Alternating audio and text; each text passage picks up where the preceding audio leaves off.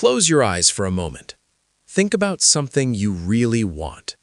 A better life, more confidence, financial freedom, peace. Now, here's a strange question. Did your mind just create that future before it actually happened? That's not imagination. That's visualization. And today, I'll explain what visualization really is and why it actually works, scientifically and psychologically. 1. What visualization really is. Most people think visualization means just imagine good things and hope they come true. That's not true. Visualization is the process of mentally rehearsing an experience so vividly that your brain starts treating it as real. Your brain does not clearly distinguish between something you vividly imagine and something you actually experience. That's the key. When you visualize, you're not escaping reality, you're programming it. 2. The brain doesn't know the difference. Here's something fascinating. When scientists scan the brain, they find that the same neural pathways activate whether you do an action or you vividly imagine doing it. This idea was deeply explored by Albert Einstein, who famously said, "Imagination is more powerful than knowledge." Einstein used thought experiments, visualization, to develop ideas before they were proven mathematically. Your brain learns through experience, and visualization is a form of simulated experience. 3. The reticular activating system, RAS. Inside your brain, there's a filter called the reticular activating system. Its job is simple. It decides what you notice and what you ignore. When you start visualizing a goal repeatedly, your RAS gets a clear instruction.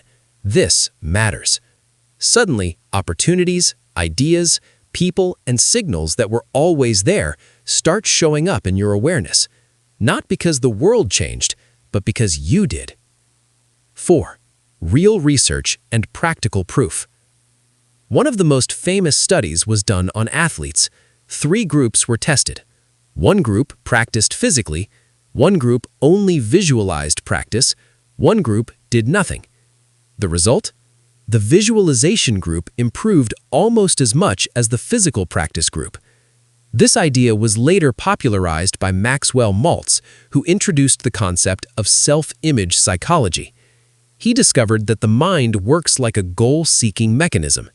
Change the self-image and behavior follows automatically. 5. Why visualization changes behavior automatically. Here's the truth most people miss.